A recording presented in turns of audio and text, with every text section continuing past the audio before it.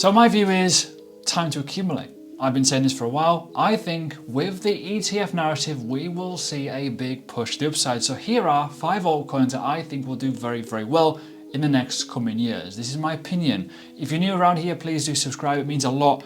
However, there's a lot of you not subscribed. I know my channel's gone for a bit of a growth spurt, but if you're new, please do subscribe. It'd be awesome to have you. Now, let's get into it. Very, very simple. If you want me to cover more stuff, check out my Patreon, because I do that on private videos. I do 5 private videos every single week. It's crazy, but let's get into it. So here we are. I do apologize for the audio at the first part of this video. It's a new microphone. It's one of those clip-on wireless ones. I wanted to give it a go, but hey, on the normal one now. I have made adjustments to it, so it should be better. Anyways, moving on. The first project, obviously Polkadot, in my opinion. I know I talk about it a lot, but I'm going to address something that's really annoying me. The amount of FUD regarding this is unbelievable.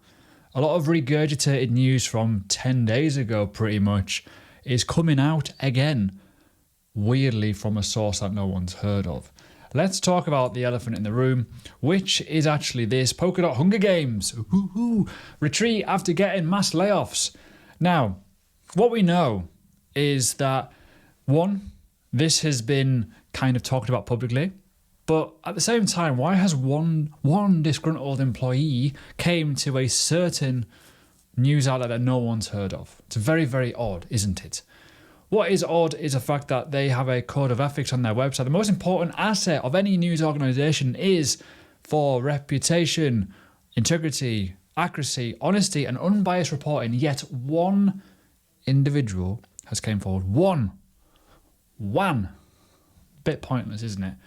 Because the reason why I want to talk about this in more detail is, yeah, it looks horrendous, but actually 7 days ago, it was denied. It was denied because they put a tweet out stating what they're doing, stressing that any staff changes connected to the decentralized transition to the various ecosystem-funded entities would take place over several months.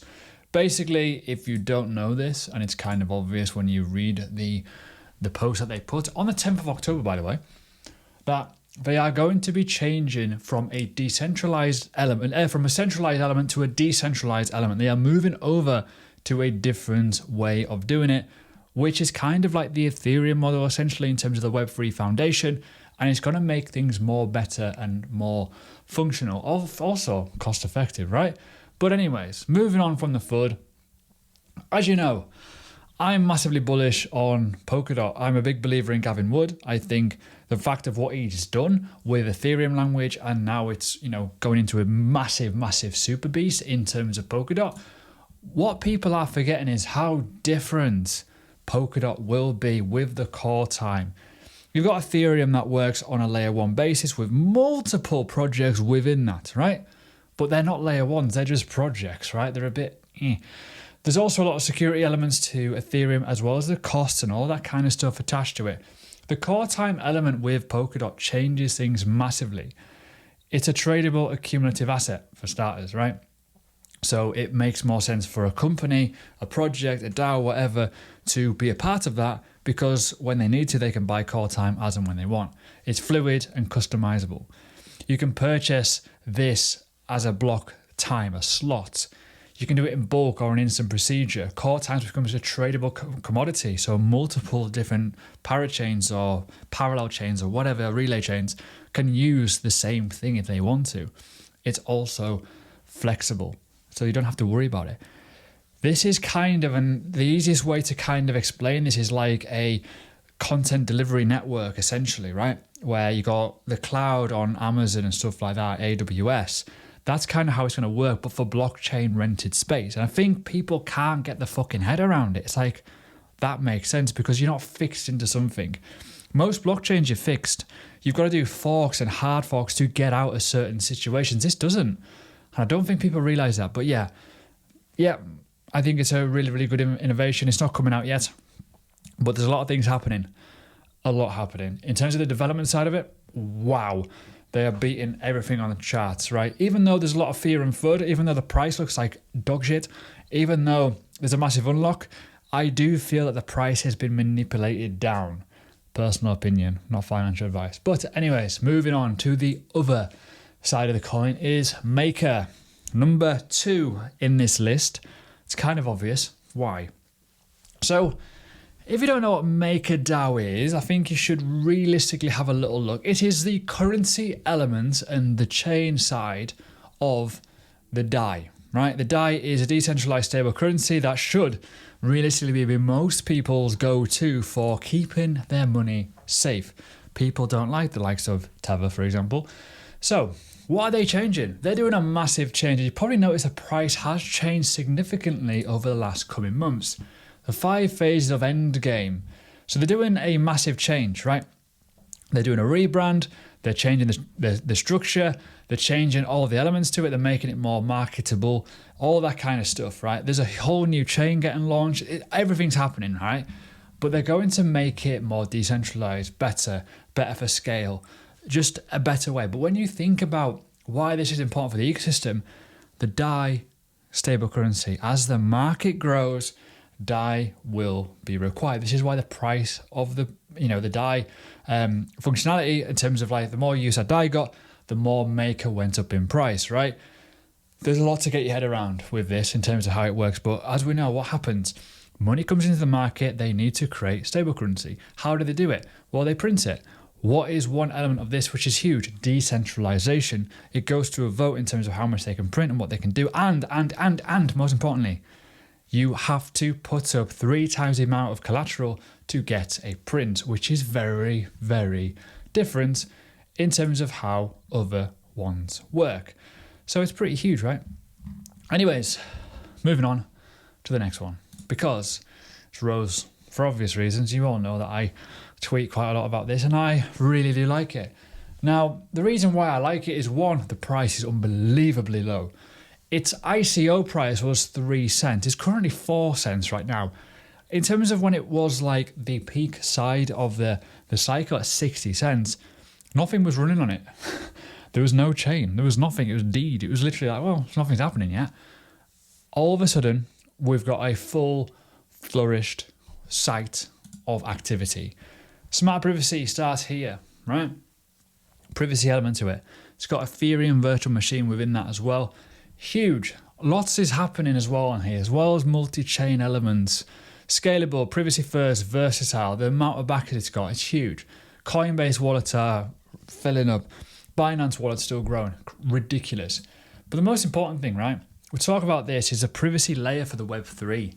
Now, when we talk about all this kind of stuff in terms of how it works for like speed and all that kind of stuff, the fact that it's Ethereum, compatible with a privacy solution that opens new frontiers for confidential smart contracts in Web3 applications is pretty big. We don't have many things like this in the space. You got to remember as well, partnerships. Meta is a partner here, right? Meta. Not a bad little partnership, is it? Let's be honest here.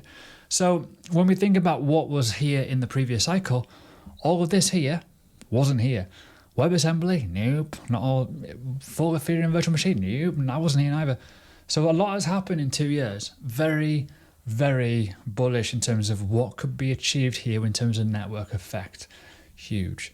Another one, and kind of an obvious one when we talk about finance and what is happening in the market in terms of institutions, ETFs, banking regulations, UK finance, FCA, they can get in the bin actually. Go away. You get the idea, right? Quant is a crypto that has always been on my mind for a while. I like it. A little bit dubious about the central bank digital currencies, but I also think, well, if we're going to get into bed with something that's going to maybe bring us institutional investment, that could be a good thing, right? Maybe. Who knows? I don't know. But moving on. With this is hugely important. I love that picture. Anyways, moving on. What was I saying? Where was I? Forgotten. So, get into bed with the UK finance element, right? This is huge. This is the newest bit of news. Now, I did a video on Quant a while ago. I really upset the Quant community by telling people not to buy at $250. I hope you all love me now that it's $85. You should be looking at these levels. Between $85 and $69 isn't a bad place to accumulate this as an asset. Not financial advice, of course, but this is quite big news. The UK, and I say this with a massive, massive bucket load of salt, they aim to be the crypto hub of Europe, essentially, right? The London wants to be the crypto hub. Kind of annoying when the FCA are bringing out all new rules and they're kind of shafting us in the UK, but this is quite big in terms of all this kind of stuff, in terms of the UK finance as a collective voice for banking and the financial industry. Quant has joined as an associate member. That's pretty big considering it's a cryptocurrency, right? It's a blockchain. It's empowered by the interconnected world. And when we talk about financial institutions, what's around the corner, may you add? Well, ETFs, right? Institutions may want to, at some point in the future, not sure when, might want to invest into cryptocurrency. Enterprises, big, massive companies may well want to use blockchain technology. You get the idea? It's quite a big thing. So this could be something that you could be looking at as a huge element of where the mass side of money may well be finding itself into the market. Huge proposition. And finally, the last one is Near Protocol. Looks like a dog's dinner, but these are the projects that I like. Ones that came out not at the perfect time. Again, similar to Rose, wasn't fully functional, wasn't fully going, and then all of a sudden the price fell. A lot of it was with obviously 3 Arrow Capital and stuff like that. It had a lot of stake in it, which is why it's kind of fallen so hard. Again, we talk about operating systems. We talk about the growth of the ecosystem, an OS operating system for the open web. Basically, an element to be a Web3 kind of design functionality element with obviously JavaScript and other development tools. But you can see here, if I scroll down a little bit here, you're going to see something quite interesting. There's already a load of developers. There's a lot of operating system components, as well as 243 applications. These numbers are growing. And when we look at like wallets and growth of an ecosystem, look at the growth in Near. Ridiculous, right? Also, other factors to consider here that this could be undervalued is kind of obvious. Look at the supply. Most of the circulating supply is now out, right? No more dumping from VCs. This is getting low. Very, very exciting times if you are holding Near. And for me, I think, I know the all-time high is around $20. And I know to some people black market's dead, but the reality is here, this has a lot of opportunity that could mean it goes up. This reminds me of a lot of projects like, Cardano in the previous cycle had a decent start, developed, and the new cycle, pop.